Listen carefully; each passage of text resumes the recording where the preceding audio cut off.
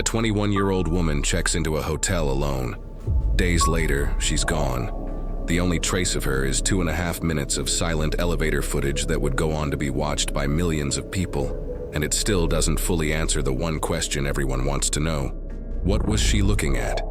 This is the case of Elisa Lam and the Cecil Hotel, a building with a body count and a reputation for death that existed decades before she ever checked in. Elisa Lam was a 21-year-old student from Vancouver, British Columbia, also known by her Cantonese name Lam Ho Yi, studying at the University of British Columbia. In January 2013, she set off alone on a solo trip down the West Coast, planning to visit several cities before ending in Santa Cruz, California.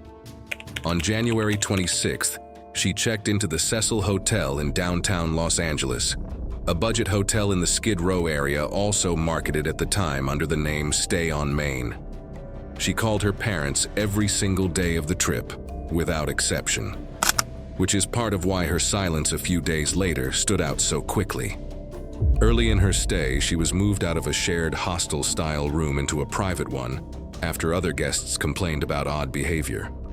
At the time, hotel staff and the roommates who reported it didn't know Elisa lived with bipolar disorder, a detail that would only become public knowledge after her death. Before she was a viral video, Elisa was a prolific blogger. Her Tumblr, called Nouvelle Nouveau, had been running since March 2011, and she posted to it constantly, sometimes dozens of times a day, mixing fashion photos and quotes with long, honest posts about living with bipolar disorder. She anchored the blog with a quote from Chuck Palahniuk: "You're always haunted by the idea you're wasting your life." In one November 2012 post, she wrote about feeling apathetic and scared of slipping into suicidal thoughts. In another, written while hypomanic, she described her memory as compromised and said fellow people with bipolar disorder would understand what the feeling was like. Because Tumblr allows posts to be scheduled in advance, several entries continued publishing to her page for weeks after her death, which unsettled and fascinated the online community that had started following her. Her blog is still archived online today, and many people who followed the case say her writing, not the video, is what actually explains who she was. Elisa was last seen on January 31st, 2013. Her daily calls to her parents suddenly stopped, and within days they reported her missing. Her wallet, ID, and laptop were still in her hotel room. There was no record she had ever checked out. With no leads, LAPD reviewed hundreds of hours of surveillance footage and found a 2.5-minute clip from one of the hotel's elevators. In it, Elisa steps inside, presses nearly every floor button, and the doors stay open the entire time.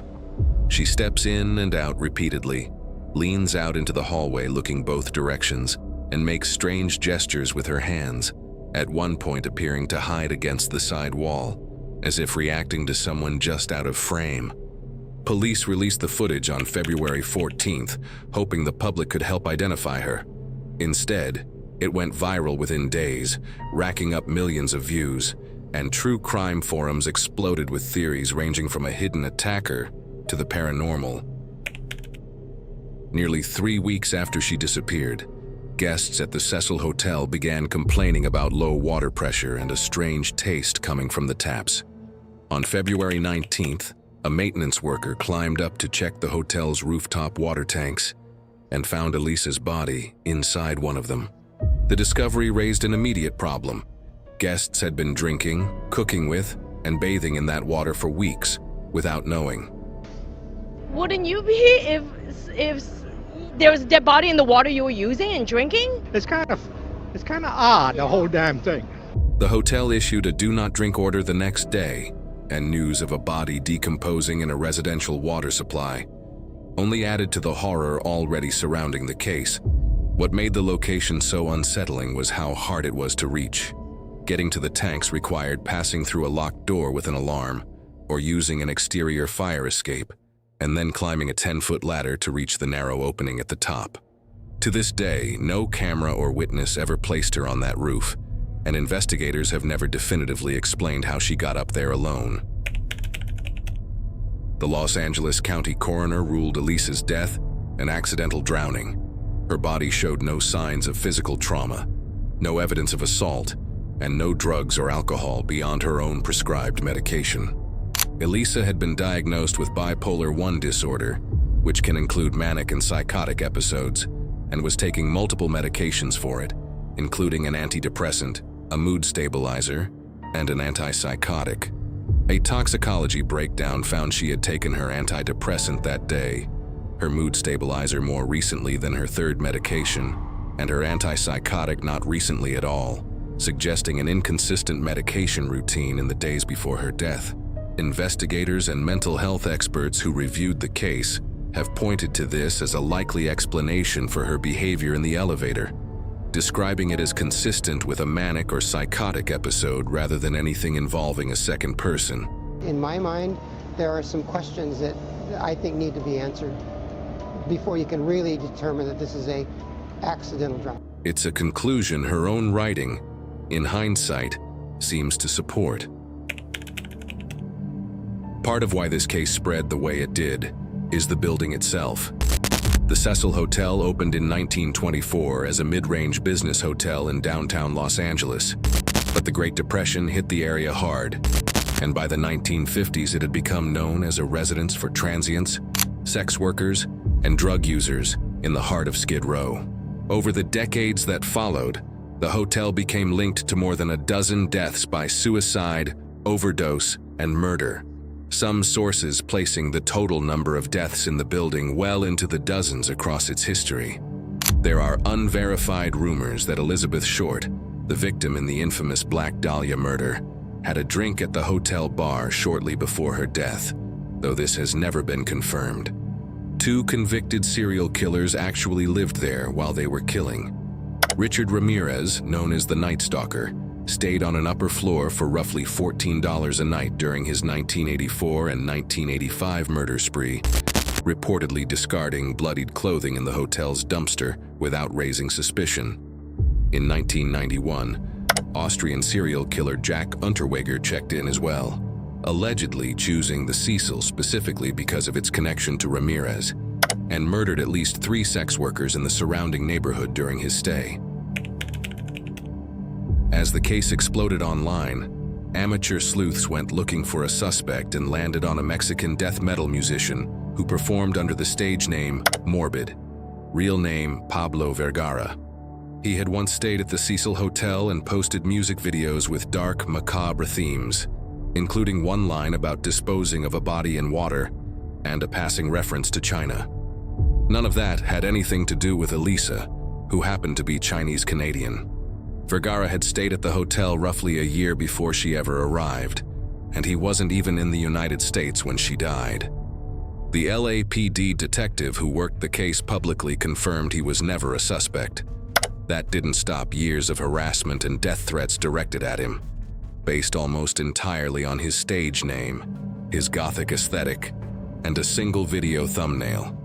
Vergara has said the harassment effectively ended his music career, and that he still receives hate messages more than a decade later, even after a Netflix documentary gave him the chance to clear his name on a global platform. Subject, so I'm still crossing my fingers up.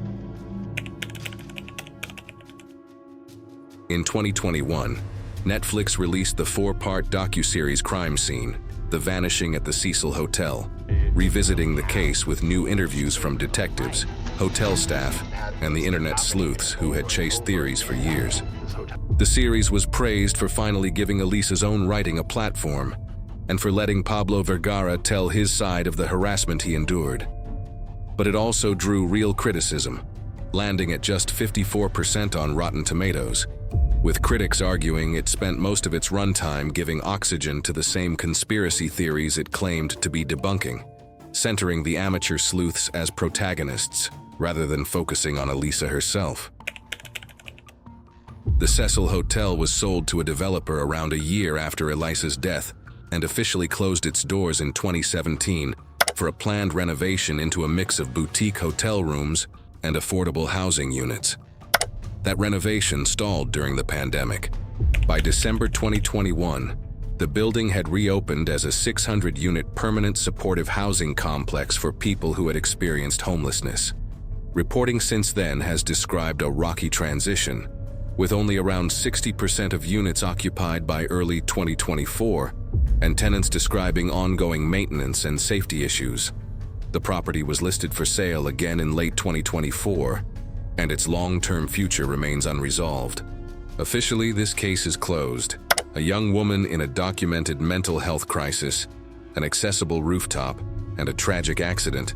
But the elevator footage never fully stopped feeling like it was hiding something. And that gap between the official answer and the footage everyone has seen is exactly why this case refuses to go away. What do you think was really happening in that elevator? Drop your theories below. And if this case pulled you in the way it pulled us in, share it with someone who needs to see it.